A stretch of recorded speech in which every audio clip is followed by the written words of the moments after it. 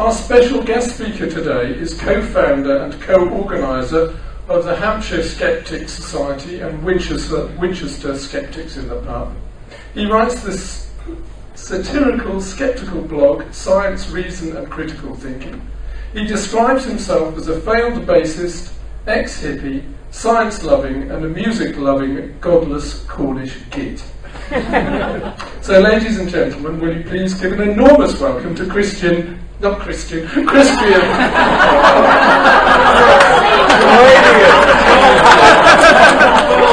background's coming through. I just did that to get a laugh. Crispian Jago.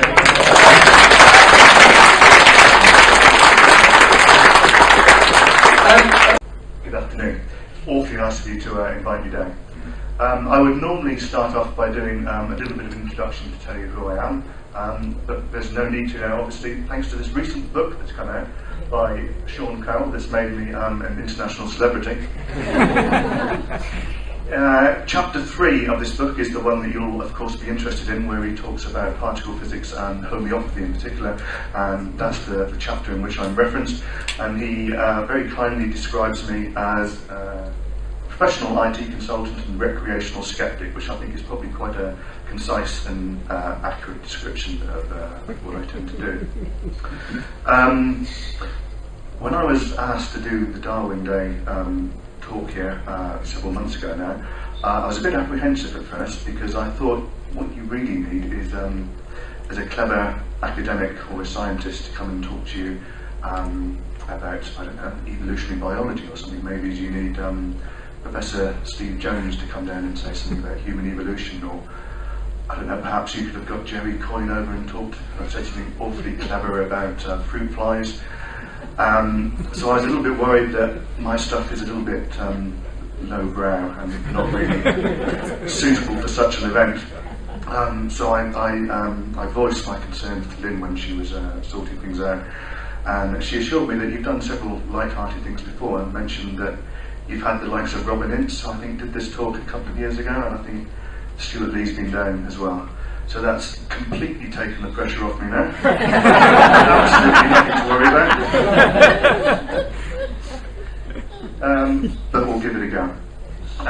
To compensate for the fact that I'm not actually very funny, what I've done is I've stolen loads of clips of people who are funny, in my opinion at least, and so I'm going to be peppering this talk with a few video clips, so after a while you'll get a little bit fed up of me wittering on, and then we can have a bit of a break and watch a video that will try and get over the point that I'm trying to emphasise in this talk. Incidentally, Sean did mention me quite a bit in that particular book, but the bastard never sent me a free copy. I still have to go and buy it. So, what I want to talk about is how to point and laugh at irrational nonsense. And to be fair, I'm not really going to tell you how to point and laugh at irrational nonsense. I'm really trying to justify why I think it's a good idea to point and laugh at irrational nonsense. Now, you'll notice the date on this talk that I've left on there, 2011, and you may think to yourself, the lazy bugger hasn't even written a new talk. He's recycled some old talk from ages ago that he's going to palm off on us, which is true. I am. I did, however, find a couple of slides on Darwin that I was able to slot in just to bring it up to speed. But the main reason why I've left the date on there for 2011 is I want you to point at a little bit of a fraud that's been going on in the humanists, atheists, secular sort of society that I want to draw your attention to. Now, this I want to show you is a talk that a chap called Richard Dawkins did last year for the National Secular Society. He did the keynote talk, and his talk was Why We Should Ridicule Religion, which he did in 2012. The bastard has stolen my talk. So I was about to retire this talk because I've probably done it far too many times in various skeptics group now. But since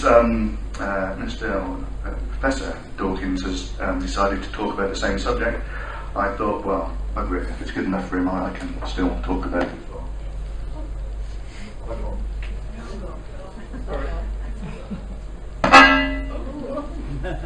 How rude.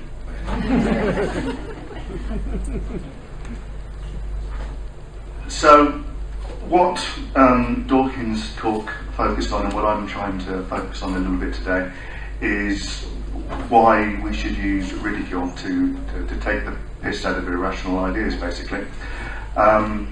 Within scepticism that I'm very much involved, there's a lot of debate and talk that goes on that says, well, insulting people, calling their ideas ridiculous and stupid and nonsensical, is not a particularly good tactic for changing their minds. If you take the piss out of someone for believing in a magic sky fairy, they're not going to slap their hand to their forehead in sudden compensation and realisation of how stupid they've been all these years and change their mind. And lots of sceptics and rationalists and other people seem to think that the way to do this is by polite, sensible, rational arguments and discussions, and primarily by using evidence. So as a skeptic, we tend to like things like experiments and clinical trials, and we like to amass all the results from these and do meta-analysis of these, and then we can come up with nice fancy spreadsheets and graphs and impress everyone with evidence and facts and form our opinions based on these lovely graphs and spreadsheets. Lots of people don't take so much convincing as we may do from those sorts of things, and they prefer to listen to their friends and anecdotes and their intuition and their feelings and things that they've sort of brought up and got used to within their culture and environment as they've grown up, and they tend to form opinions of belief based on those things. And I tend to think that trying to reason them out of those beliefs by showing them evidence and fancy graphs and statistics isn't necessarily an effective way of doing that, especially when they probably didn't form those opinions by sort of rational means in the first place. So it's probably religion that got me interested in this sort of thing in the first place. And notes a moment. I tried to think about what it is about religions in particular, that keep people away from or make them not change their minds. And what I think is going on is there's two particular things in there. First of all, there's the sort of indoctrination, so bringing people in quite early, bringing them up within the culture and within the tradition and getting them used to all these sorts of things. And I think a second thing that's going on there that I tend to notice quite a bit with some of my very good religious friends is a little bit of censorship that's going on in place, a little bit of steering people away from certain things, from certain ideas, and just getting them to concentrate on the things that they're interested in. My friends in particular won't let their children read books about a certain underage wizard. I think it's a bit bizarre that they think that their worldview and their beliefs could be easily undermined by something as simple as letting their children read some sort of long-winded yarn about a bespectacled wizard. That seems to me to say something more about the weakness of the belief they've got, that they think it can be challenged so easily, than by actually wanting to stop people exploring other ideas and things like that. So what I'm going to talk about today, hopefully, is rather than trying to change people's minds, how we can sort of influence a longer term change by planting in people's ideas, thoughts, that some ideas that aren't evidence-based, that are a little bit stupid, that we maybe take for granted because they're part of our tradition and culture, and our friends and our family tend to go along with them and believe them. Maybe rather than just changing their mind, we can start to plant some seeds of thoughts about that these are a little bit silly, and then maybe over time people, when they encounter these beliefs later on, may think, ah yes, I remember that's a rather silly idea.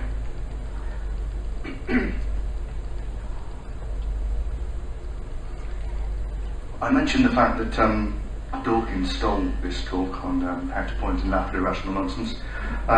He has formed, he's done this before.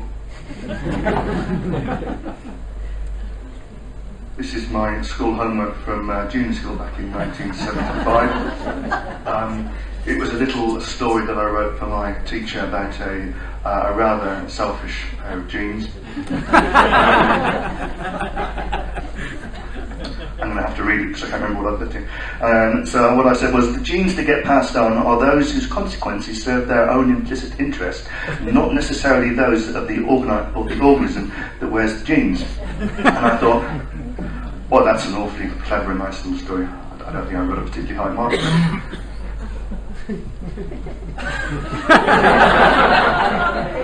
The following year this comes out. So he's a thieving bastard. Actually, I think what's really going on is I've tended to read a lot of his books, and I think I've probably picked up on a lot of things that he's talked about along the ideas of being able to criticise and openly say things about particular religions without being perceived as being racist or religionist or having some sort of problem with that religion. So I started thinking about the subject of criticism of religion. Now, I didn't grow up in a particularly religious family. My parents aren't religious, but my grandparents on both sides were religious. And when I was very young, I spent a lot of time with my grandparents. I used to spend most of the weekends around them. And they would take me to church, and they would take me to Sunday school. And I grew up in the traditional Christian upbringing. I'm very familiar with all that sort of stuff. And one thing that I sort of unconsciously picked up on all those years ago was the fact that it was quite hard to speak out against religion and some of the ideas. And as a young child, I found some of the things that I was taught quite far-fetched, quite difficult to accept as true. But they were things that were accepted as true, were taken very seriously and not criticised, not scrutinised or attacked as to the validity or the truth of those ideas. And I picked up the undercurrent that you just have to sort of go along with it. I think I felt quite similar as I did when you're quite young and you find out about Father Christmas, and you realise that, well, it doesn't really add up, does it? There's this thing going on there, but that's not quite right. But certainly in my case, I don't want to say anything because, it might jeopardise the consequences of things. And I think there was probably something similar going on with the religion. I thought, well, you just keep quiet, you play along with it. And I think that happens to a lot of people, and they keep quiet and they play along with it. And over time it becomes more acceptable and just part of the background of the nature, and it just drifts into what you accept and what you believe. And by putting up this wall of almost a fence for when someone says something so you can't actually make any claims, you're protecting those ideas, and this is something that I'm sure I picked up from Dawkins. So I tried to think about where it was that I started to realise that you can actually look at some of the claims made by religion, and you can scrutinise those claims, and you can say, are they valid? Is this a sensible thing? Can we have a decent conversation or philosophical debate around this subject and see is there any reason or evidence behind these things? So I started to think about who it was that first opened my eyes to this sort of type of philosophical, you know what I'm trying to say, this type of speaking. So I was racking my brains last night trying to think who it was that sort of opened my eyes to this, and I'm thinking about all the books that I've read recently. So I thought, maybe it was this guy, maybe it was the work of, you'll recognise him as David Hume, who's the Scottish philosopher who wrote the treatise on human nature. Awfully lots of clever things he said about religion. So I thought maybe it was him, maybe it's the stuff I read from him that started to make me think that we can challenge some of these ideas.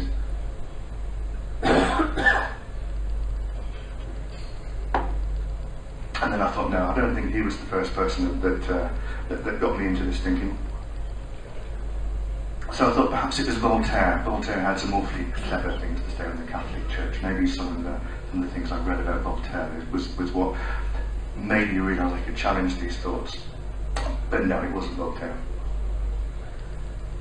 More recently, I've been reading a lot of Bertrand Russell, so reading things like his essay on Why I'm Not a Christian and his ideas about cosmic teapots that I'm sure most of us are familiar with. So I thought maybe it's these sorts of ideas that have made me think I can challenge these ideas. But no, none of these people are what started me off thinking that some of the things that I felt internally that didn't add up with religion, that you could say out loud, and there were other people who thought the same things, and you could challenge them, and you could discuss them, and you could talk about these things. And the person who opened my eyes that you could do this was this man. So when I was quite young, I used to love the Dave Allen show, and the way that he would talk about religious subjects in a sort of irreverent way and talk about things was what made me realise we can question this, we can talk about it, we can look at things. We don't have to do what my grandparents said and just subserviently go along and accept it. There's a challenge that can be made. Sorry, I had this cough since before Christmas. Well,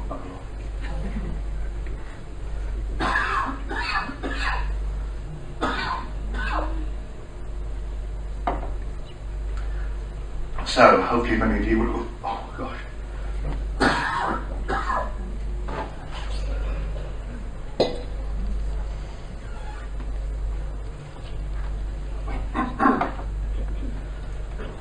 See, divine intervention, just a moment.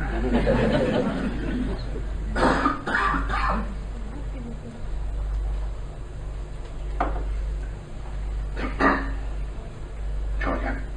Okay, so maybe many of you in the 70s watched the Dave Allen show and picked up some similar thoughts. As you know now, I write I haven't mentioned it yet, but I do write a blog, and a lot of the things that I try to write in my blog are based on sort of comedy, and I try to take the piss out of established ideas and authority type views.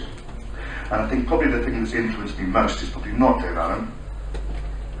It was another show that came along a little bit before Dave Allen.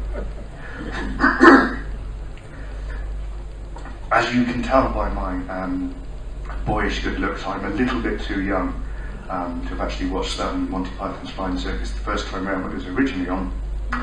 But I was a big fan, and I still am. And I think I've got... There's no particular reason why I've included this slide. It doesn't really fit into the narrative. But I happen to have a picture of myself talking to John Cleese about life of Brian and religion, so I thought, why wouldn't you include that in the talk? He was a very interesting chap to talk to. He wasn't a big fan of Dawkins, actually, because we did talk about Dawkins quite a bit. But you know, I think the work that he did on what the whole of Pythons did on life of Brian, certainly when I was younger, opened up my eyes and made me think a lot about the religious claims.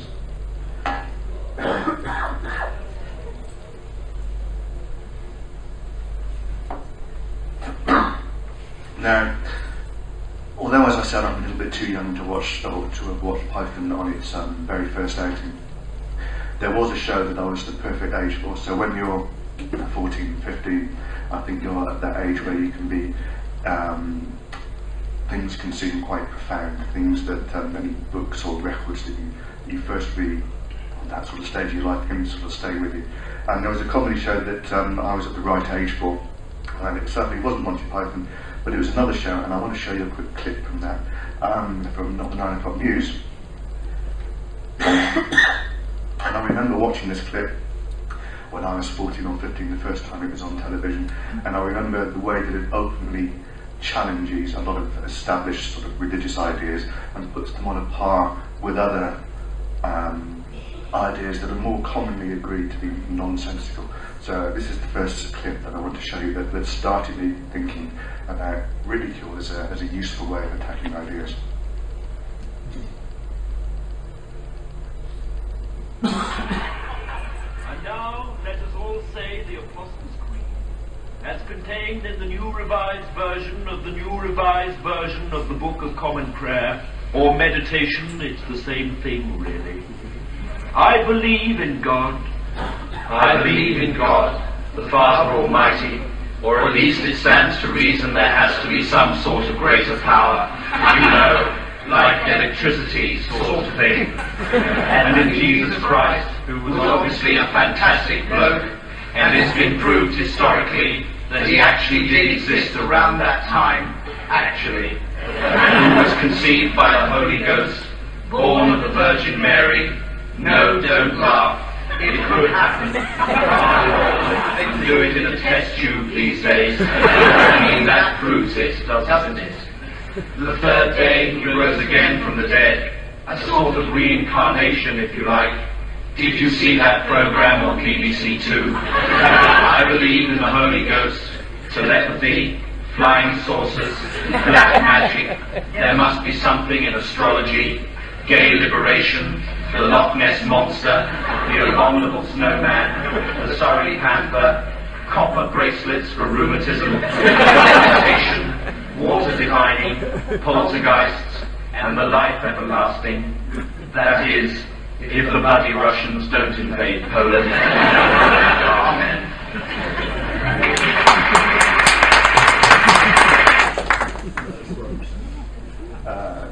Very sad to see that we lost Mel Smith last year as well. The one thing that still stands out, or that stands out now, sort of after 30 or so years since that was recorded, was what was gay liberation doing in that?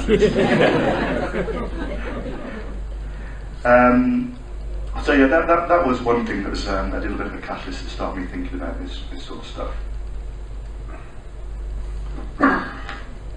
Are we all familiar with the Alpha Course? Yeah. Has anyone done an Alpha Course?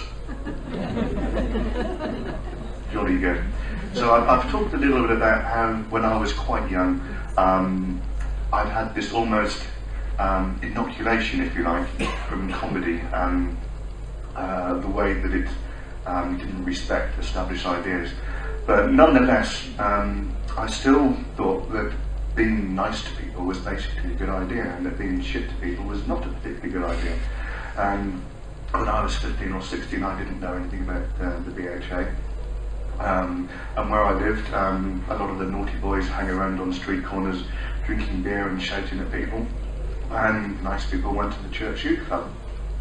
So I went to the church youth club, partly because that's where the nice people were, but partly because they had some of the nicer girls there as well.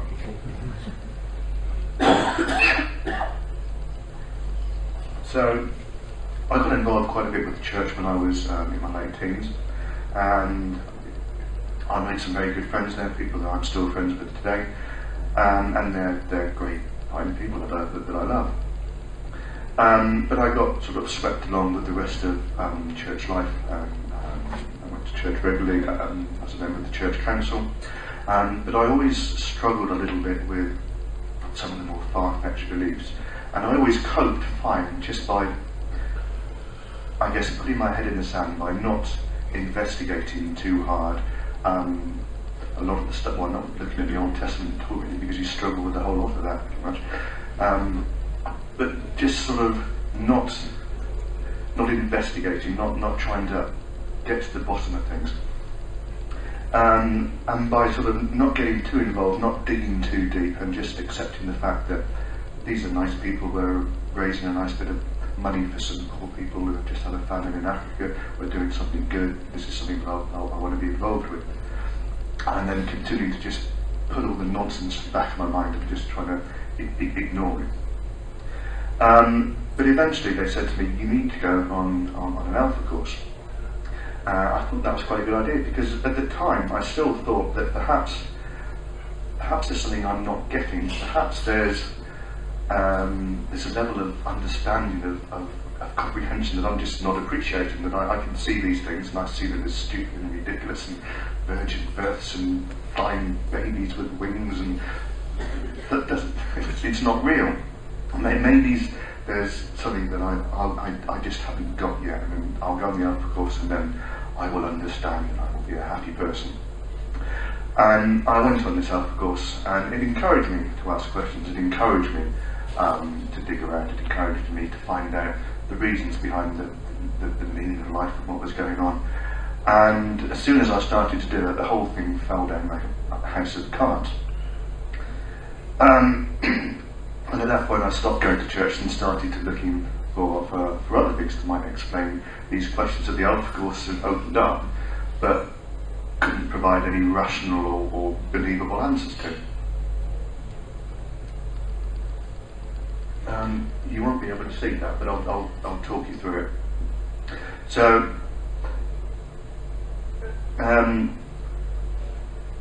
many years ago, sort of having that sort of viewpoint, you couldn't link up with other people who had a similar viewpoint. And as I said, I wasn't aware of the BHN linking up and meeting with people like this. But sort of 8 or 9 years ago, with the sort of rise of social media, with the sort of rise of blogs and podcasts, it became a lot easier to share your thoughts, to meet other people who have similar ideas and exchange thoughts on this. And the way I started off as a colleague at work lent me a book. And the book he lent me was a book by Bill Bryson that you may or may not have read. It was called A Brief History of Everything. And it tries to give a very high-level, popular science view of the origins of the universe, of the Big Bang. It talks a lot about the origins of life and evolutionary science in a very readable, very accessible way. And I loved it. It was so much clearer, so much more believable than anything. Well, obviously I knew about these things from school, but just sort of looking at them afresh as you're a little bit older with a more curious mind was very interesting. And that pointed me a lot of other books.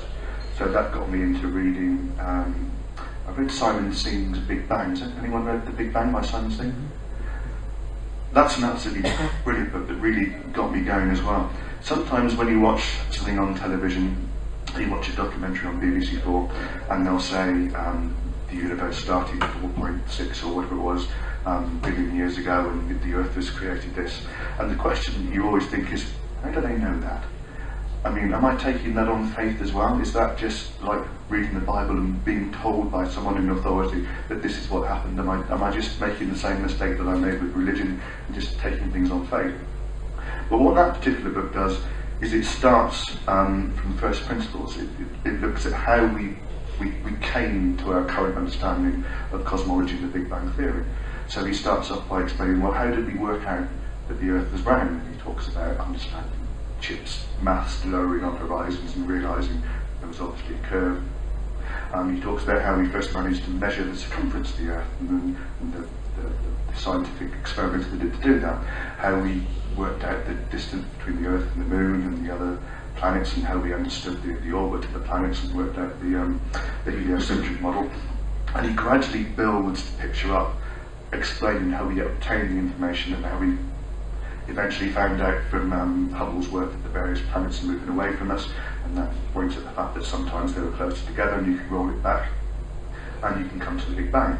And it's not just saying this is how it happens, it's giving you a picture of how you arrived at something. It's showing us working, which the Bible doesn't do.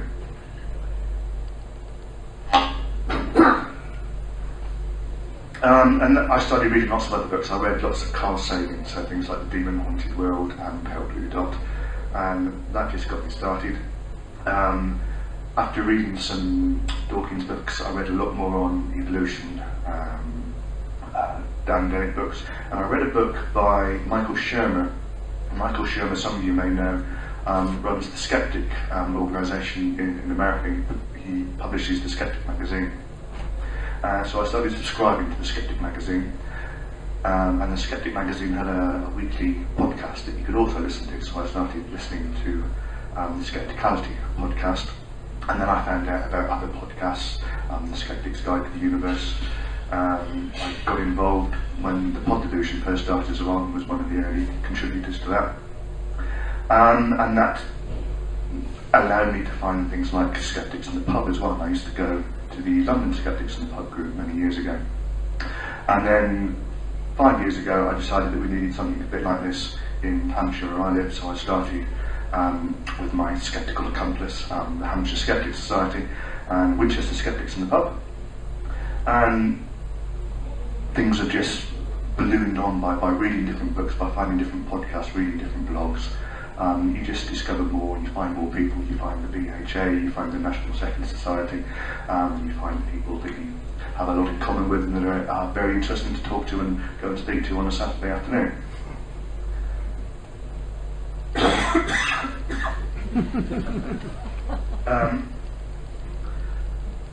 So that's all well and good. I would find it being a sort of a passive skeptics, reading about this sort of stuff, reading about religion, reading about philosophy, reading about science is great. But I thought, I want to get a bit more involved. I want to do something. I want to sort of be more involved in the community. So, what did I decide to do? I did two things. I've already talked about Winchester Skeptics in the Pub. I believe you will have a Bournemouth Skeptics in the Pub very soon, starting in March, as I told. And Simon Singh's going to be your first speaker. I guess he's going to be talking about the Simpsons, isn't he, in their mathematical sequence? Yeah, that's right. Simon was also our first guest speaker when we started Winchester Skeptics over 4 years ago now. We were expecting 5 people and his dog to turn up and sit in a corner and be antisocial and disappear again.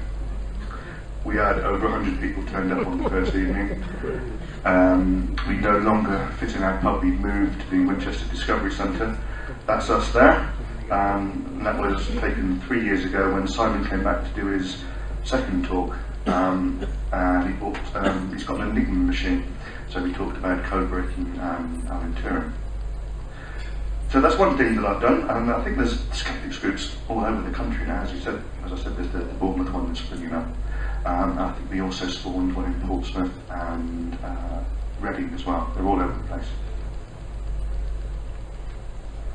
And the other thing I did was I started to write stuff. I thought I'll write all these marvellous thoughts that I've got about humanism and skepticism and science, and I'll share them with the world, and they'll be enthralled and delighted at my ideas. So that's what I did. I set myself up with a blog and I started writing something. And I used to try and write lengthy essays and polemicals on religion and philosophy. And no bugger read them.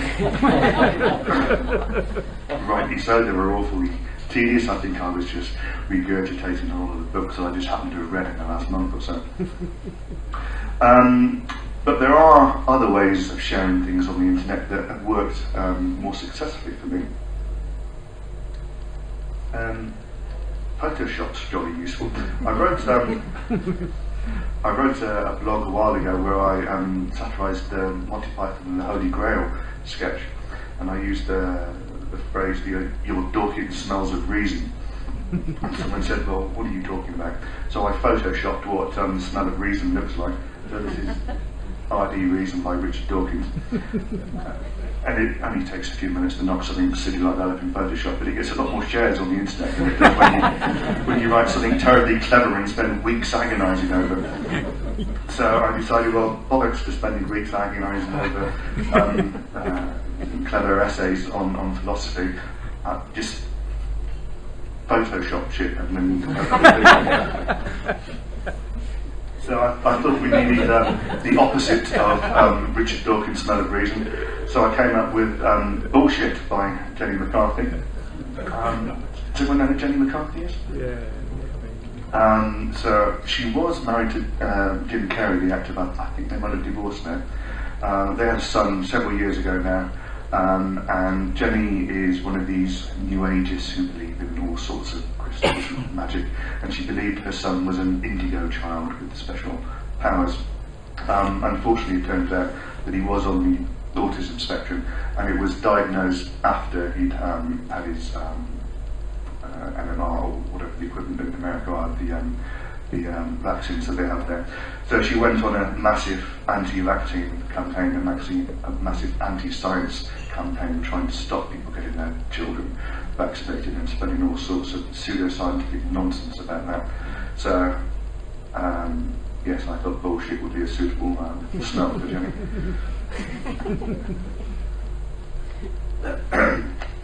Now, I said I'd sneak in the dance line somewhere. So I did this, well, you can see it says happy 201st birthday, Charles Darwin, and I think it's his 205th now, isn't it? So yet again, you can see I'm recycling old stuff. Now, certainly within the Skeptics in the Pub that I organise, we get a lot of geeks, we get a lot of nerds, people who know their science. And when I posted this up on the blog a while ago, it was to celebrate Charles, and I thought he was really the sort of the first person to kick off evolutionary biology, and he's got a lot of sort of disciples who have now sort of followed him in that vein. So I put his 12 disciples together, and I was wondering if you'd be able to recognise them. First left, can anyone get that? Julian Huxley. Yeah, Julian Huxley, yeah. Julian Huxley. Second, anyone got that one? Hawkins. No, oh, E. Wilson. E. Wilson. Third at the bottom. Ooh. Come on, geeks. Ronald Fisher. At the back there. Oh. Bill Hamilton. Next one along. Wallace. Not quite. No. Oh, Haeckel, yeah. We got the next one. Yeah. So Dickie D, Charlie D, Same Jago. Stephen Jago, yeah. Oh, yeah. Right now, very important figure in evolution biology next. You know this one? Wallace. That is Wallace, yeah. Alfred Russel Wallace. Next one's a bit controversial. I've got a lot of stick for including the next one. He's more of a popular science writer than an evolutionary biologist. No. It's Jared Diamond. Oh, right. Next one, anyone got the next one? There. At the back, big influence on Richard Dawkins, the guy at the back there, especially on game theory within evolution. Maynard Smith. Well, I'm sorry. My photoshopping was not very good at that time, as you can tell. I've got a little bit better at it, or better still, my son's now very good at photoshopping, so I get to do the photoshopping for him. So what I'm trying to say is, we can share things on the internet. We can cobble pictures together, and people share them on their Facebook pages, and they retweet them, and we can make ideas spread out beyond the human society, beyond the skeptical society, and people pick up on things and they stick to the back of their minds, and they help form future opinions, in my opinion. Crispian, could you get a woman in there somewhere on the next one? I don't know if there are any female. Yeah, that is poor, isn't it? Sue Blackmore. Yeah, Sue. Yeah. So this is another webcomic that I did last year. I was at the QED conference in Manchester last year, the Question, Explore, Discover, which is sort of a skeptic-y, sciencey conference. And I was in the bar and I was chatting to the guy who writes the Jesus and Mo comics. I'm sure you've all read the Jesus and Mo comics. Marvellous stuff, far better than what I'd come up with. But he was complimenting me on my blog, and I was complimenting him on Jesus and Mo. And he was saying that he tries to publish something every week, and by having a theme to stick to, he can sort of come up with ideas and sort of keep the thing ticking over. And my blog is very sporadic. I'll not do anything for weeks, and then I'll think of something and I'll stick something on the blog. So what I need is a webcomic like Jesus and Mo. So what irrational belief is the best one to take the piss out of? Out of all the stupid beliefs that are around, what is the most ridiculous one? What is the most easiest one to ridicule? And I thought creationism is probably the answer to that one. So I created Creation Zookeeper, and we just had the debate last week, I think, with Bill Nye and Ken Ham on evolution in America. And every time topic comes up, every time you see a question from the creationists, one of the typical things you hear trotted out time and time again, that everyone's fed up of hearing, is the tired old statement, evolution is just a theory. Now, we all know the answer to this.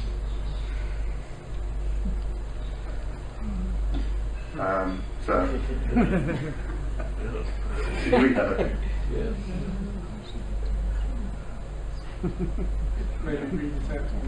Okay.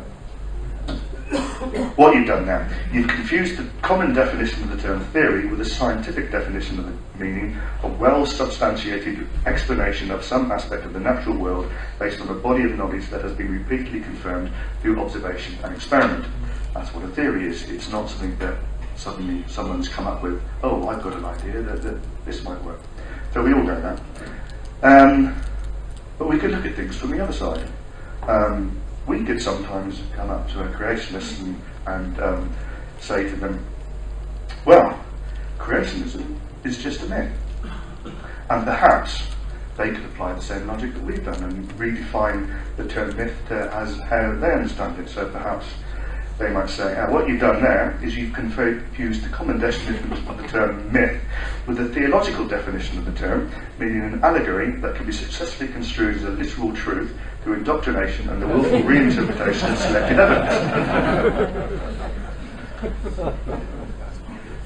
I've never heard a creationist use that argument, but I think they'd be far better off just redefining the term myth so that it fits in with what they believe.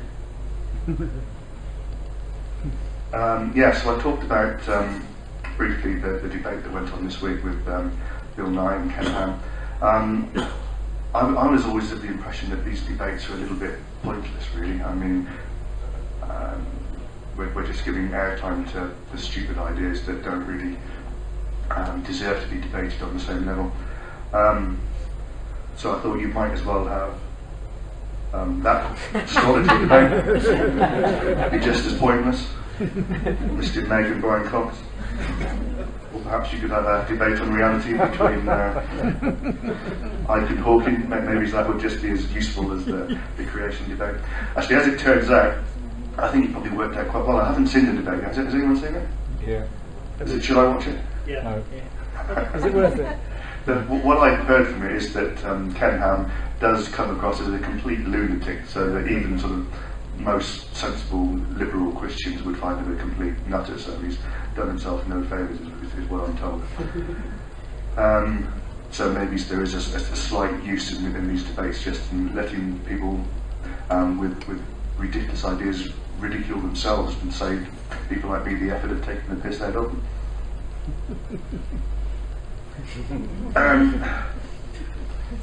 You can't read that, that's useless. Well, the reason I put that up is because I've been talking mainly about religion so far, but with the Skeptics group that I've started in Hampshire and Winchester, we cover much wider subjects than just religion. So we look at all sorts of irrational beliefs. So not just religious irrational beliefs, we look at lots of alternative medicine, quackery claims, we look at pseudoscientific claims, and we look at paranormal type claims. So I put this Venn diagram on my blog last year. Everybody loves a Venn diagram, always does now. If you've got an idea that you want an easy way of communicating it, put it in a Venn diagram, people love it. So what is at the centre of this Venn diagram? What covers religious nonsense, what covers quackery nonsense, pseudoscientific and paranormal nonsense? I think that the winner of the most ridiculous claims has to go to the Church of Scientology. If you're looking for a speaker, we had John Sweeney to Winchester Skeptics. He wrote The Church of Fear, and you might have seen him on Panorama a few years back, where we did an undercover investigation of the Church of Scientology. Complete nutters. It's a very libelous thing to say, actually. I should be very careful what I say. I can cut that out if you want. Oh shit, you're recording, aren't you? I will cut it out. Right, so I've talked about different types of irrational nonsense, of stupid beliefs and claims that have no basis in science and evidence. And outside of the religion, one of the ones that I find the most ridiculous is a type of alternative medicine that you all know as homeopathy. And I've written quite a bit about homeopathy and what I think of it. And lots of scientific people have done discoveries and conducted trials in homeopathy to understand what the evidence is behind it and how it works and what the mechanism could possibly be that allows it to work. But most people tend to think that it is just a harmless type of natural remedy that could perhaps be beneficial in some cases, without really understanding what sort of sits behind homeopathy, what the mechanism is meant to be and how it all works.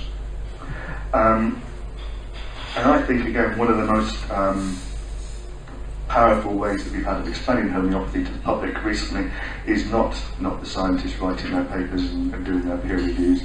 It is this Mitchell and Webb video that I'm going to show you now.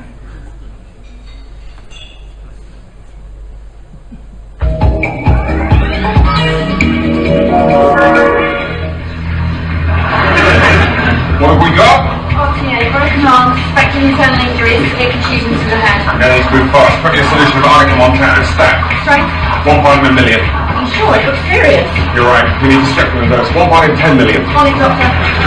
Take you one. That we can't handle. Get me some wolfsbane, also known as monk's food in here. And a whole tray of flower remedies. Whoa, your chakras are fading. You need some crystals. That's pressure some purple tinted quartz. You're right. Make that aquamarine quartz. Okay, he's stabilizing. Now, does anybody know what sort of car hit him? Blue Fort Monteo, apparently. Right, get me a bit of blue for Monteo, put it in water, shake it, dilute it, shake it again, dilute it again, do some more shaking, dilute it some more, then put 3 drops on his tongue. If that doesn't cure him, I don't know what will. Simon. What is it? This poor chap's got long to live. Why not? His lifeline, very short. His horoscope's not too clever either. Sagittarius. Brace yourself for a surprise. Things are about to change for you. Certainly are, Alice. Wait. What? We should try drawing a bit more lifeline on with biro. You got a better idea? Let's see what happens.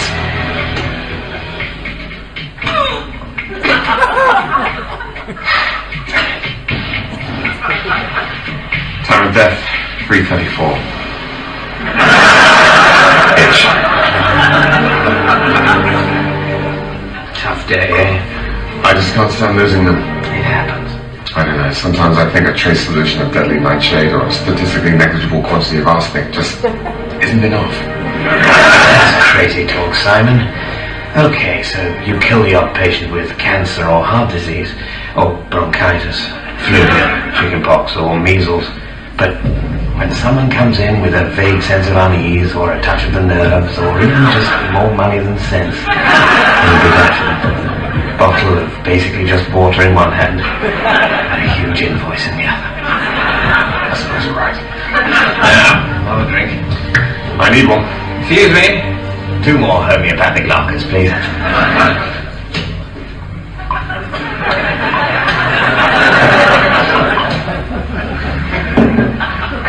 Well, I decided to do a little experiment which I entitled If Homeopathy Works, I'll Drink My Own Piss. What I did was I obtained some piss to start with. There we go. It's quite dark yellow, which I'm told is a bit worrying, but I was drinking quite heavily the night before, so I'm normally okay, I believe. So I then took my glass of piss and I laid out 30 plastic cups, and in each cup I placed 100 millilitres of tap water. Wherein lies my first mistake, apparently, according to a homeopath who criticised my experiment on YouTube. I should only have used 99 millilitres of water in the cups, because I'm adding 1 millilitre from the other cups into it. So I've hucked up the whole thing. But I've actually diluted it even more than I should have done and made it even more potent. I have improved homeopathy. So what I did was I took a pipette and I took 1 millilitre of the original substance and I placed it into a cup of 100 millilitres, obviously it should have been 99, and I succussed it, which is the homeopathic term for shaking it around a bit. And then I took a piece of that, what is the 1C solution, 1 part in 100, and I then put that into the next cup. And I worked my way up through all the various cups. By the time I got to the 13th cup, I had a 13C homeopathic remedy. And the reason why that's a particularly interesting number is because by that point we're statistically more likely than not to have no molecules of the original substance left in what we started off with. So by this point onward, everything that we're doing is essentially water. There's nothing in there. although of course the homeopath would maintain that the water retains the memory of the substance that was once in it. So we get to the end and we have a 30c homeopathic remedy for piss, so presumably that cures you from being pissed, which I guess is being drunk in the UK or being a little bit grumpy in America. And I downed the 30c highly potent homeopathic urine, which is of course just water. And that went quite viral on YouTube, which was rather nice. And I was at a science conference 3 or 4 years ago now, and a lady came up to me and said, "My mother's been taking homeopathy for years, she swears by it, she's convinced it works." And I tried to explain to her what it was, and I pointed her at some scientific papers on what homeopathy was, but she wasn't having any of it. She knows what works, she knows her own things, and she didn't want to know the proposed mechanism behind homeopathy. But she did manage to persuade her to watch a light-hearted video of a Cornish git drinking his own piss. And after watching that, apparently she said to her daughter, "Well, that can't possibly be true. That's not the basis behind homeopathy." And that did eventually cause her to go and look up some more credible resources than my pathetic experiment. But I use it as an example of by using humour and sort of just basically taking the piss out of stupid ideas, you can reach perhaps a far wider audience, and perhaps maybe some people can stumble across it and perhaps help change some ideas. We see lots of these around. Actually, I haven't been for a while, but when I was working in London, I used to regularly go every 9 months or so and get a little bit of my O positive. But I was wondering, even though you see loads of these, you never see these. Yet to see a van asking for people to donate their chi, but yet it is the life force that is within all of us that controls everything, and the flow of chi within our body is vital to our well-being. But no one ever donates chi. The reason why I included that is because I stuck that on the blog a few years ago, and someone who was a lecturer, I can't remember which university it was now, on medicine, asked if they could include that slide in their lecture notes for their students, which I was quite chuffed with. Am I okay for time? Can I keep walking, or do you want me to shut up? Keep going. Okay. You mentioned that I had Simon Singh down to do the very first talk at Winchester Skeptics, and you've got him in a month or so at Bournemouth Skeptics. Now, about 3 or 4 years ago, Simon was involved with quite a kerfuffle, I think is probably the right word. Now, he wrote a book with Professor Edzard Ernst on alternative medicine. It's called Trick or Treat, Alternative Medicine on Trial, and he looked at a number of alternative medical claims, from acupuncture to chiropractic to homeopathy. And he wrote one particular article on chiropractic, which he then published an extract of in the commenters-free section of The Guardian. And I'll read this so I quote it word for word. Some of you may be familiar with this particular quote, but this is what Simon published in The Guardian. He said, "The British Chiropractic Association claims that their members can help their children with colic, sleeping and feeding problems, frequent ear infections, asthma and prolonged crying, even though there is not a jot of evidence that This organisation is the respectable face of the chiropractic profession, and yet it happily promotes bogus treatments."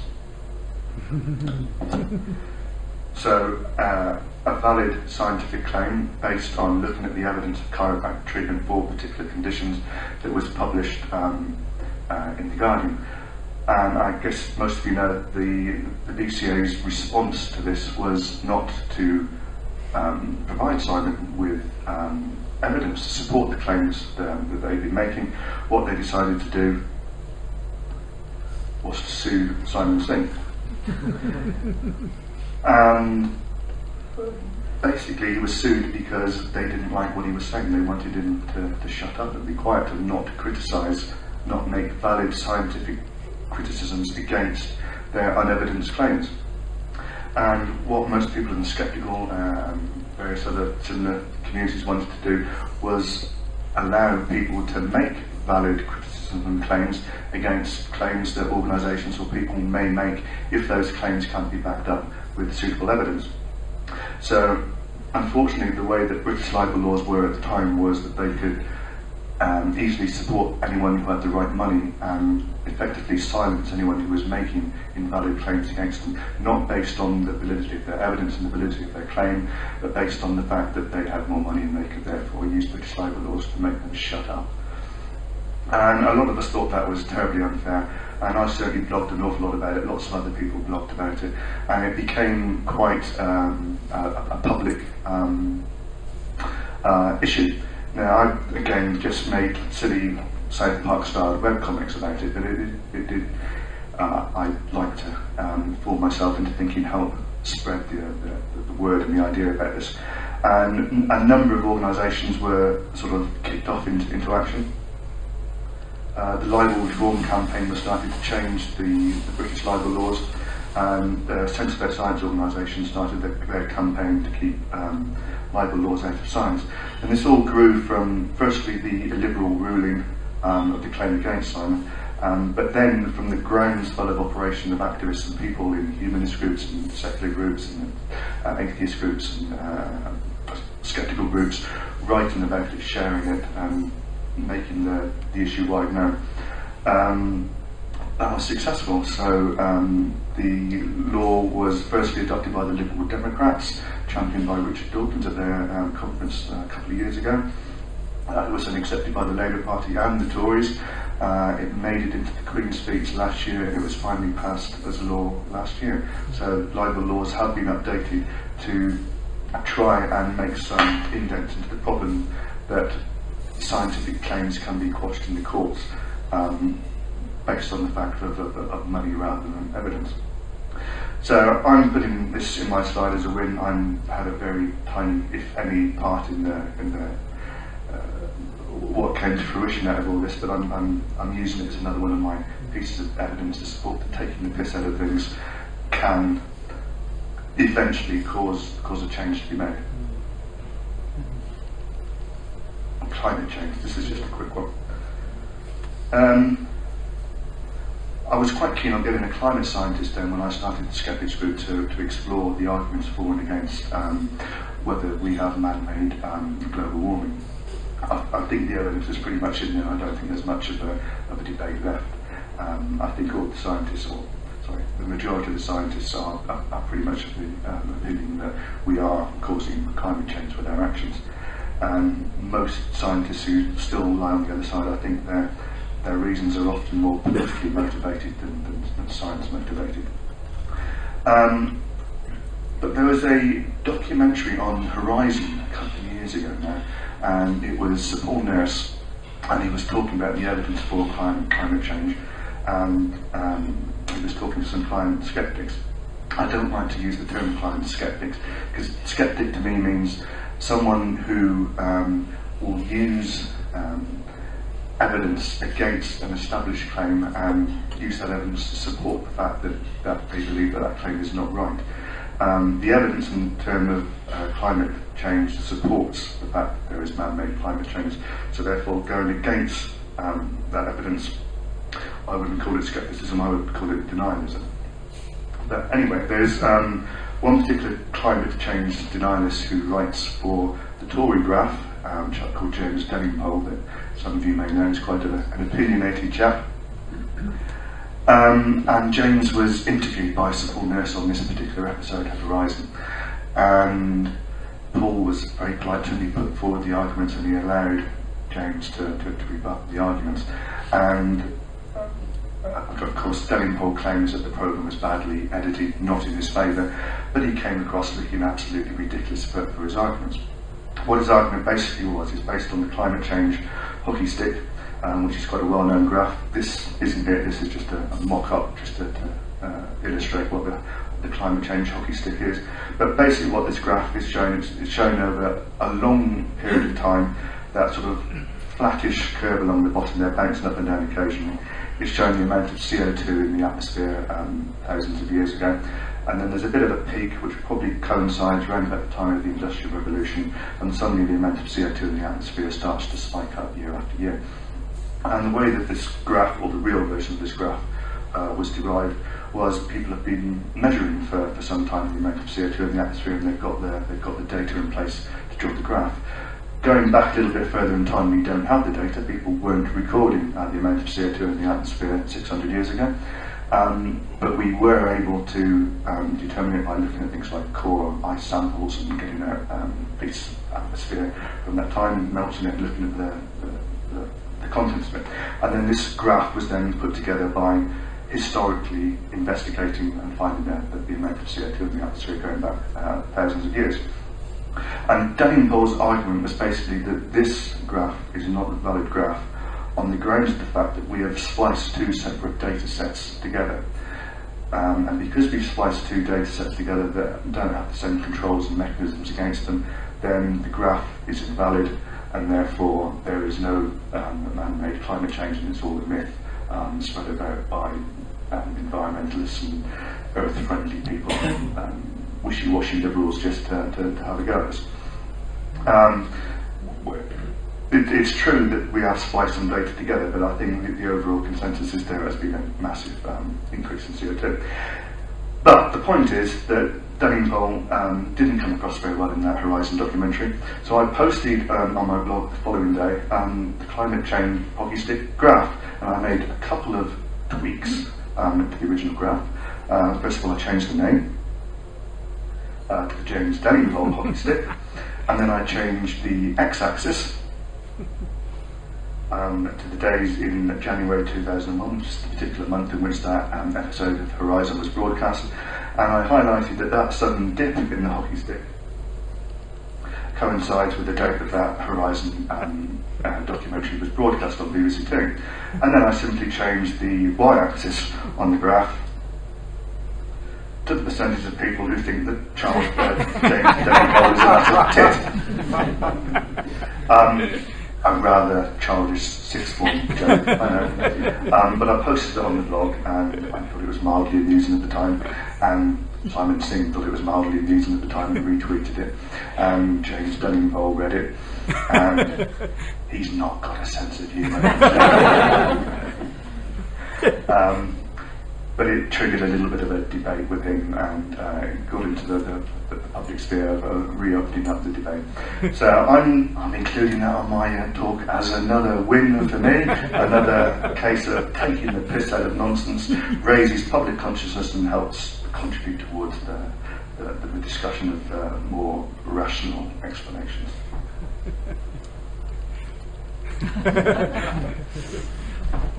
I've given this talk a few times, and normally it's just enough to put that name up on the screen and say nothing else. Does anyone know who Gillian McKeith is? Anyone not know? Gillian McKeith is described as Dyer O'Brien as the poo lady. What she does is she looks at people's poo and decides whether or not they're healthy or not, whether they're on the right diet and what they need to do. She was on telly on Channel 4 a number of years ago as Dr. Gillian McKeith, although as Dr. Ben Goldacre always likes to say, to give her full medical title, Gillian McKeith. Her PhD is one of those ones that you can apply for on the internet and pay a certain amount of money for, and they send it to you. So going back to Ben Goldacre again, he applied for the same doctorate that Gillian McKeith has got for his dead cat. Paid the money and received the doctorate, so his dead cat has got the same doctorate as Gillian McKeith. The reason why I mention it is because I've been talking an awful lot about taking the piss out of stupid ideas and highlighting those ideas, making people aware of them. In general terms, I think it's a good idea to take the piss out of irrational beliefs and not necessarily out of people who happen to believe in those beliefs. Certainly in the case of religion, there are a lot of very earnest, lovely religious people who've just grown up in that tradition and environment. Lots of people say, I've often heard the comment that religion is a crutch, something for people to lean on. So what I'm in the business of doing is not going around kicking away people's crutches so they haven't got that support anymore. What I think is a far better idea is that we don't deliberately cripple our children in the first place so they need such a crutch. Now the reason I'm talking about Gillian McKee is we didn't handle her particularly well. She was on Twitter a few years ago, and a number of skeptics and atheists criticised her approach, her methods on Twitter. And we didn't do that in a particularly good way. It was more trolling than making valid criticisms. And that's not what I'm promoting. I'm not promoting finding individuals and hashing them online. That's absolutely not what I'm about. But that was done to Gillian McKee, and I think wrongly so, which is why I've highlighted it. But there are other ways of taking the piss out of Gillian without just swearing at her on Twitter, which is not the best way. Although I said that generally speaking we should attack beliefs rather than individuals, I think there are a few individuals who have put themselves in a particular position of authority and used that authority to propagate their beliefs and spread those ideas. And I think those people are therefore in a position where they're opening themselves up for valid criticisms to be made of those beliefs. So what I did for Gillian was I thought she needed some sort of public health warning. Sainsbury's have a very good way of doing this. They stick a little health wheel on your food. You've seen those little health wheels, little red, orange and green things that they stick on. So I think there are a number of people that need a health wheel. Here's Gillian's. So I've given her orange for her influence and harm potential. I don't think she necessarily deliberately tries to harm people, and I don't think she is particularly conscious of the fact that she's deliberately defrauding people with the pseudoscience. But I've given her a red for her pseudoscience because she is very anti-science. And I've given her a green for her supernatural delusions because I don't think she believes that her methods, there's some sort of magic deity or anything behind that. Anyway, leading on, this got me to do a few more of these. Anyone recognise this chap?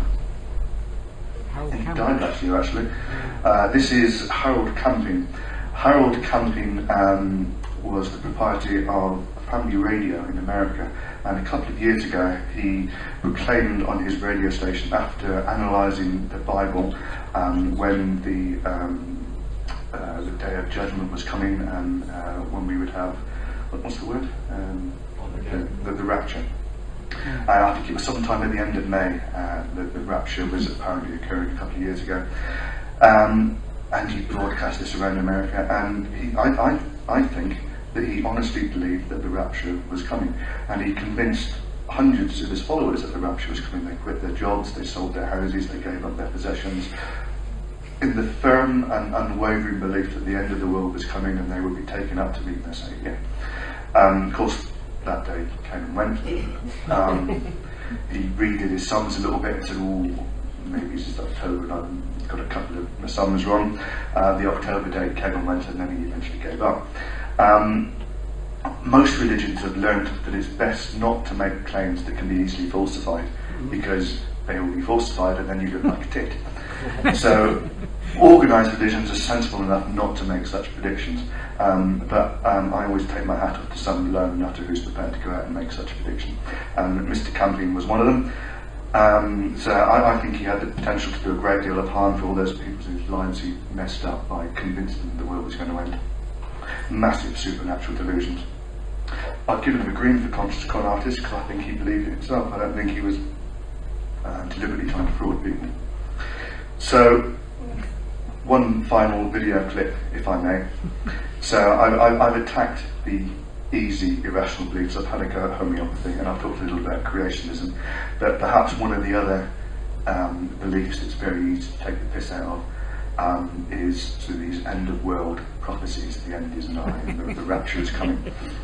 And I've included this final clip because it features my all-time favourite comedian, Peter Cook. So this is Peter Cook on the end of the world.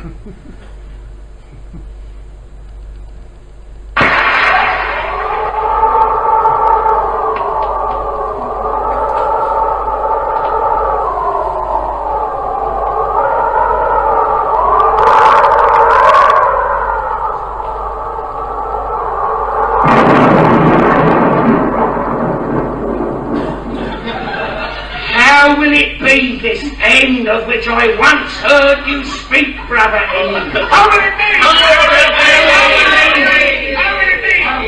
be? It will be as 'twere a mighty rending in the skies, and the mountains shall sink and the valleys shall rise, and great shall be the tumult thereof, I should think. Will the veil of the temple be rent in twain? Well, the veil of the temple's always rather dodgy, but should be rent in twain about 2 minutes before we see the sign of the flying manifest dancing on the firmament. And will there be a mighty wind? Certainly there will be a mighty wind, if the word of God is anything to go by. Will this wind be so mighty as to lay low the mountains of the earth? Can't hear a blind word you say. You're speaking too softly for the human ear, which is what I'm equipped with. You'll have to speak a little more loudly, please. About this wind. No better, is it? I ask you to speak more loudly, and you speak more softly. A strange reaction from a follower. Or perhaps I'm very old-fashioned. Perhaps I'm very old-fashioned, expecting you to speak louder.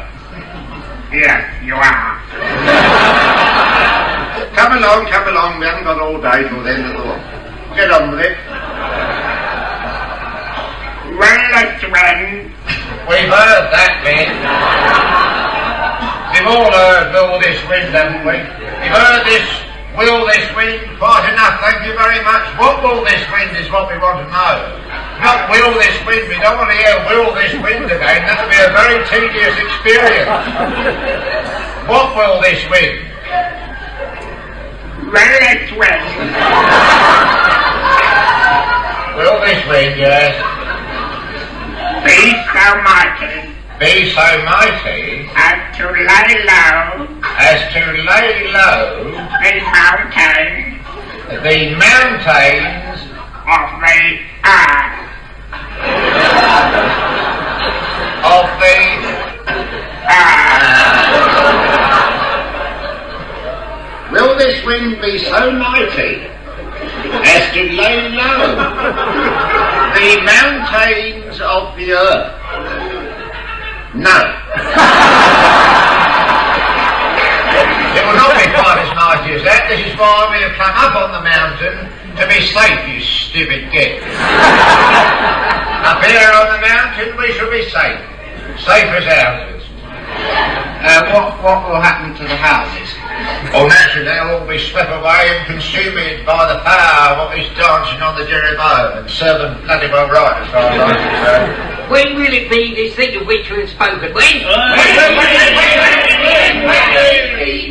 Well, in about 2 minutes' time, according to the very ancient pyramidic scrolls. Perhaps we'd better compose ourselves. Good idea. Prepare for the end of the world. 30 seconds. Have you brought the picnic basket?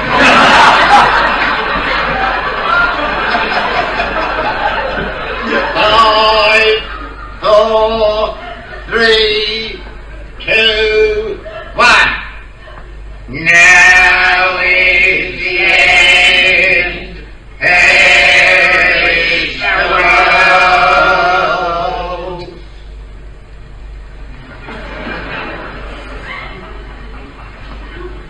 It was GMT, wasn't it?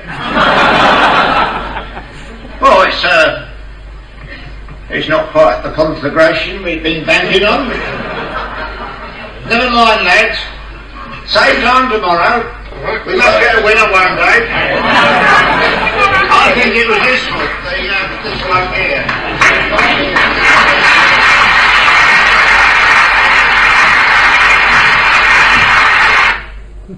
I'm most impressed. Lynn was just telling me while I was showing that clip that she was in the audience when that was recorded. That was from the very first Secret Policeman's Ball. I won't show you now.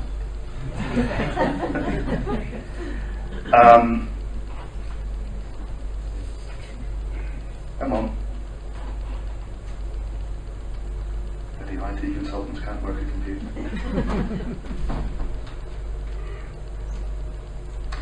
This is something I did on the blog a couple of years ago.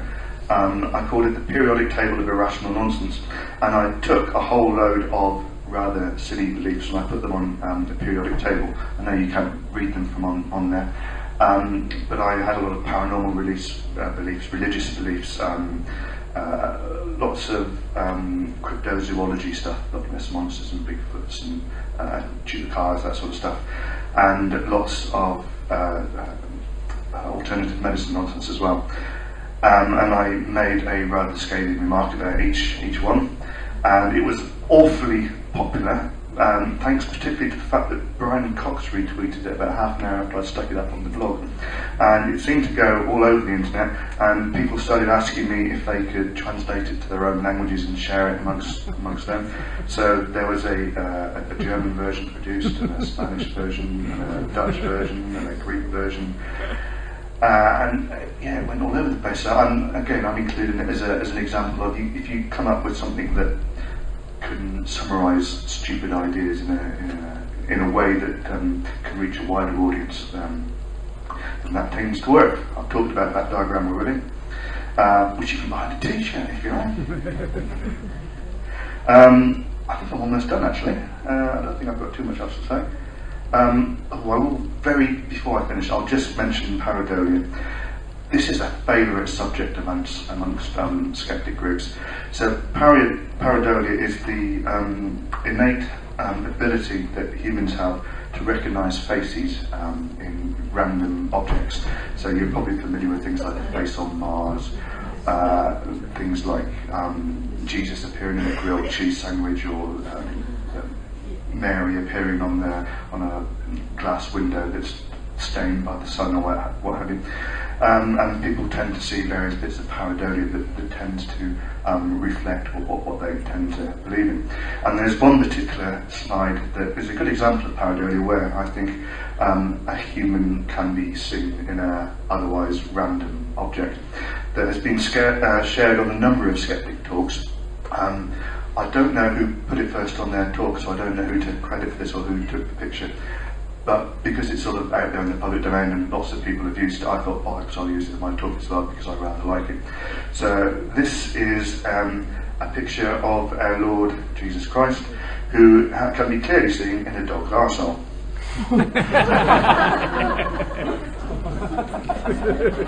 We got that?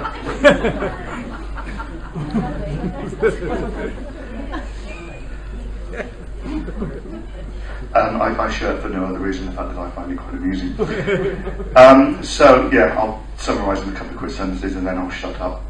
What I've been trying to withdraw on about is the fact that without being an internet troll, without upsetting people and going after particular individuals, I think it is possible to make valid criticisms of ideas and beliefs by ridiculing them, by taking the piss out of them, and I think we can often spread more rational ideas and thoughts and seeds about more sensible ways of thinking by taking this sort of approach. So I'm not saying it's the only approach and it's the way we need to progress more critical thinking. I'm just suggesting that I think perhaps it is a valid method. So, thank you very much.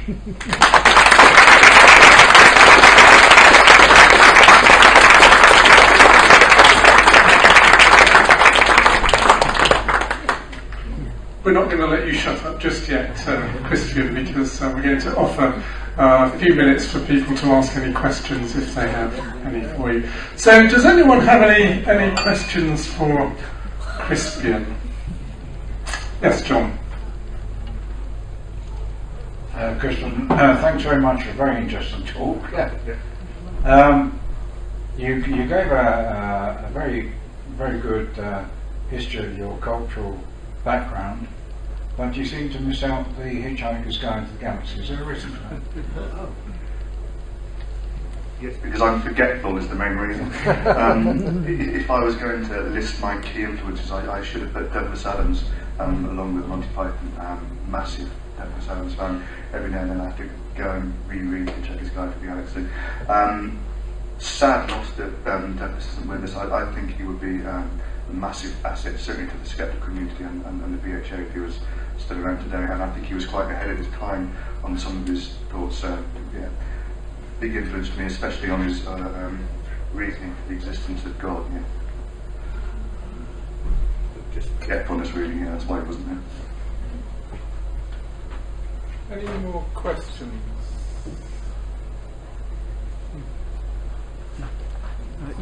You've missed out, many thanks Crispian, you've also missed out your latest Christmas offering, which I happened to glance upon. Can you explain that? It's another Venn diagram. It was another Venn diagram. One of the most recent blog posts I did was just before Christmas.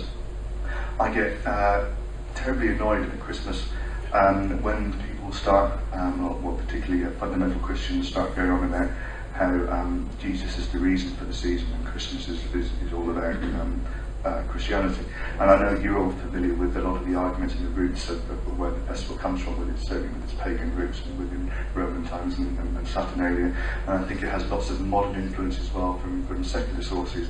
The sort of Coca-Cola influences for Christmas and all the present giving. So I think Christmas is a marvellous, wonderful celebration that is much wider than any one particular belief system, and I think it's far more encompassing than being allowed to be restricted to the followers of one particular deity. So I drew a Venn diagram of where Christmas ideas comes from, and I had 3 circles, one for pagan influences, one for Christian influences, and one for secular influences. And again, there was something at the centre of that diagram that I think touches on all of those, and that's Father Christmas. So yeah, one of the reasons why I started writing that is it must have been 4 or 5 years ago. My children had a carol concert at their local school, and I love carol concerts. I love going along at Christmas time in the winter and singing a few Christian carols. Nothing wrong with that. I think it's great. But one year we had a particularly pious vicar who was using the opportunity of getting a fresh audience of children's parents to put across his own personal opinions on Christmas, and he gave a rather a viewpoint that I'm sure you've heard before about how modern consumerism is trying to take away from Christmas and how we need to get back to the real meaning of Christmas. And he then went on to an attack on Richard Dawkins and had quite a lot to say about humanism and atheists and all that sort of stuff. And how we should reject it. And I've since found out, because I've got to dig in the ribs, but apparently I'm now told that it is awfully bad form to boo the vicar when he's but I felt compelled, I had no choice, so it had to be done. So yeah, I was thinking about that again this Christmas, which is what made me write that Venn diagram.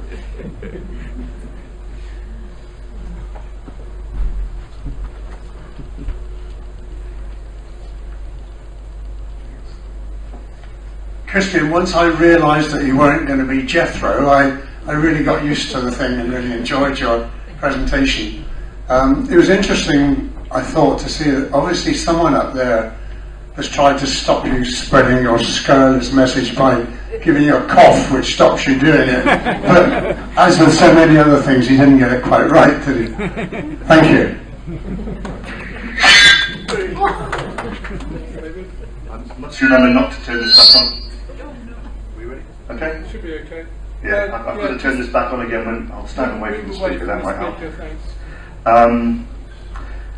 Yeah, Jethro actually went to my school. He was a few years above me in Helston Comprehensive School in Cornwall. And another person who went to my school was a chap we had at Winchester Skeptics last week, a guy called Steve Colgan. Does anyone know Steve Colgan? Steve he was a policeman for 30 years, and he talks now about using a sceptical approach to police work, using an evidence-based approach, and sort of looking at ways of preventing crime rather than just catching criminals. And he's also been talking with Graham Linehan, that you may know from the TED and the IT crowd and Black Books, about trying to put out a new TV series together on that subject. And he's also one of the QI elves as well, so he does a lot of the questions for QI. So lots of marvellous people went to my school. Steve, Jethro, and myself. Yeah. Denzel? I don't know about Denzel.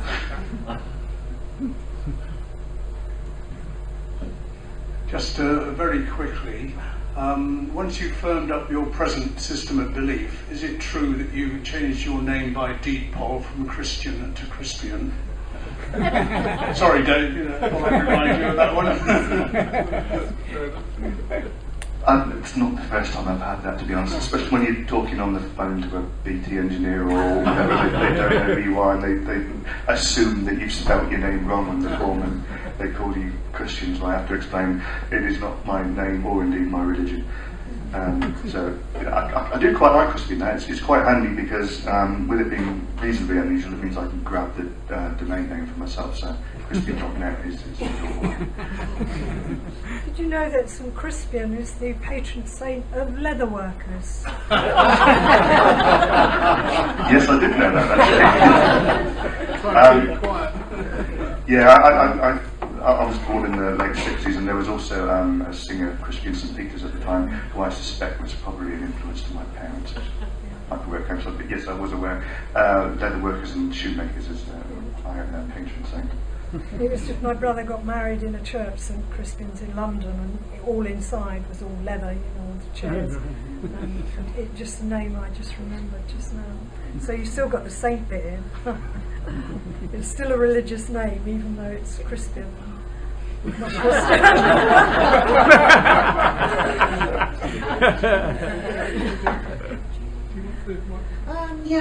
You mentioned the fact that you had children, and I was wondering how you dealt with the Father and Christmas as well. How you dealt with the Father Christmas myth, because my daughter accuses me of child abuse for letting her believe that for many years. My son's actually here in the audience today. Hopefully it hasn't been a revelation to him just now. I think he's probably worked it out. I like the Father Christmas story. We went along with it when my children were kids. We did the old using flour and putting the footprints down from the chimney so they could see that he'd been. I don't particularly see any harm in it. When they stopped believing in it, I think we had a bit of an unwritten rule. I think Mum went on with it a bit longer than I did, didn't she? But it was obvious that they knew. We just had a quiet nod and a wink and went along with it. I think you were happy with that, weren't you?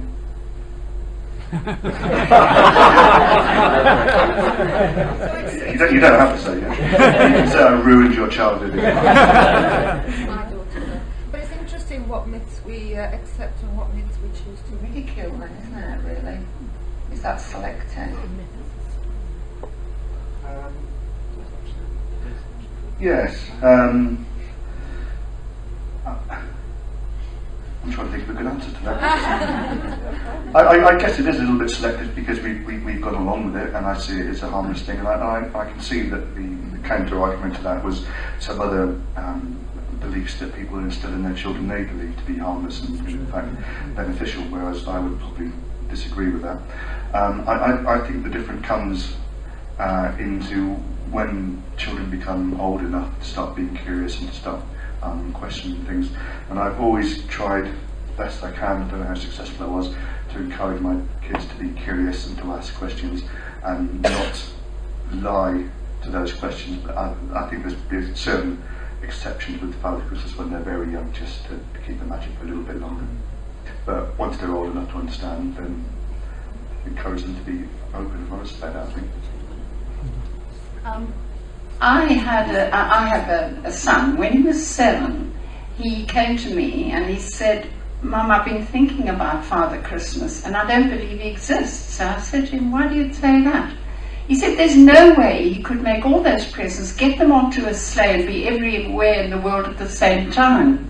So then I said to him, "No, it's just a story for children, but don't tell your friends." So I think if they ask it and they've worked it out logically, then one says, yeah, no, there isn't one. Yeah, I think if they've been logical and rational and sensible enough to work it out for themselves, then the time has come that it's fine to let them know. I mentioned at the start that Robin Ince did this talk a couple of years ago, and I saw Robin on Thursday night. He was giving a talk at Oxford Skeptics, and a similar question came up. And Robin's got quite a young son, I think he's about 5 or 6 now, and he'd lost his first tooth. So he was all excited about the tooth fairy coming for the first time. So I'm going to steal Robin's story that he told on Thursday night and tell you how he dealt with it. His mother had somehow lost the tooth down the drain, so it had gone, and he was very upset about the fact that he didn't have the tooth to put under his pillow to get his monetary reward for it. So Robin suggested to him that he leave a note to the tooth fairy explaining that the tooth had come out, that it had somehow been lost, and is there any way that he could still have the reward. And Robin left him a note from the Tooth Fairy's Undersecretary stating that they had done some forensic evidence and found a tooth in a nearby drain, and they've done a little bit of examination, and they've done a match up to see if that was his tooth. They were prepared to believe that it was his tooth, and therefore have given him the money, and then he then had to write another note back thanking him for it all. And Robin asked him, if he still believed and what he thought of the Tooth Fairy, and he says yes, he still did believe in it all, but it's much sort of rigmarole, isn't it, to get it? Yeah, he was keeping the belief going as well. I'm a Geordie. I was brought up in the north of England, and we always believed in Santa Claus. I'd never heard of Father Christmas. Everything was Santa Claus. It didn't seem to have any religious connotations at all to us. It was just, some fairy magic person. And another thing that I often wonder if there was some truth in this. I did hear once that Santa Claus originally was invented by a very, very wealthy businessman who lived somewhere, we'll say in Germany, in that sort of area. And he got this idea of giving presents to all the children in the local villages, that they didn't know who he was. It was a magic thing. And because he was so good at this, and the parents thought it was a marvellous idea, they carried on the idea, and of course it went on and on and on for years, and the children never knew where the presents came from. And I don't know whether there's any truth in that story, but I had never heard anything about a religious connotation until 1945. I went across to Belgium, and there was a big, like a low dray cart going through the town with this sort of religious figure on it, with a big headdress and everything. I said, "Who's that?" They said, "It's St. Nicholas." I said, "Well, who's St. Nicholas?" They said, "Well, he's the man that comes at Christmas." And that's the only thing I realised to do with religion. So that's the way I look at it. I don't know if there's any truth in it at all. My wife's from the northeast as well. I don't know whether she believed was used to Santa Claus or Father Christmas. I'll ask her that tonight. I've heard that story as well, and I think Christianity is particularly good at taking successful pieces of culture and stories that are working and somehow retrofitting their beliefs onto them. And I think St. Nicholas is probably a good example of a saint that they can take and fit in and sort of merge it all up, and over time it becomes part of the story. I think a lot of Christmas is coming from the fact that things that are already in place have been taken by particular religions and brought into and merged with it. I think we're going to have to draw things to a close fairly soon, but David, you've got a question? Well, it's a comment about Saint Nicholas. I heard a story about Saint Nicholas, and in those days, in the early centuries after Christ, about the 4th century AD, there was a man by the name of Nicholas, Bishop of Myra, and he also, in those days, they used to put up stockings for gifts, and he heard that some girls, the parents were poverty-stricken, and the girls would be given over to prostitution if they didn't have some money.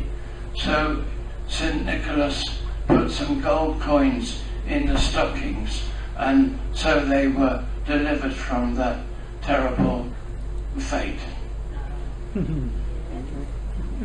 I hadn't heard that one. If I'd known I was going to get so many questions on Father Christmas and St. Nicholas, I'd have done a little bit more religion when I come. I didn't really think it was one of my key subjects that I was going to get. It's fascinating to hear all this stuff.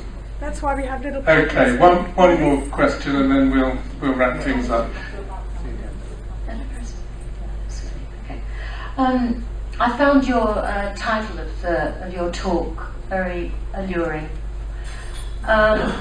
What would you say to those people who pointed and laughed at the irrational nonsense of Leonardo da Vinci vis-à-vis flight? There's always a danger that some of the things that are not currently understood and accepted by science could undergo some sort of massive change, and things do occasionally have big shifts in their understanding. Science and the way things work isn't a final, definitive answer of what everything is and how it is. I'm sure you've heard people talking before about how science tries to give us the best, least wrong answer and work towards things. And I think we have to accept as far as we've got is what we believe to be the closest evidence of the truth. And so I don't have a problem with ridiculing things that lie outside of that. Occasionally something will come along where we get a shift change and things are wrong, and we've taken the piss out of things that turn to be right. These things are very rare. I don't think they come along very often, so we just have to accept that occasionally we're taking the piss out of something that could be wrong. Crispian, thank you very much for